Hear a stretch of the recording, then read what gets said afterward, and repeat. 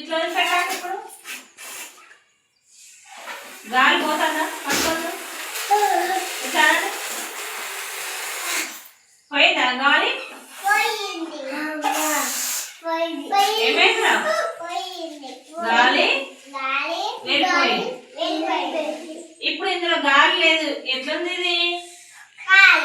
ఖాళీ. Very good. ఎట్లుంది? ఖాళీగా ఉంది. మనం ఊదినప్పుడు ఏమైతుందిరా? ఇందులోకి ఏం పోతుంది? గాలి పోతుంది. ఒకసారి ఊదండి నాన్న అందరూ.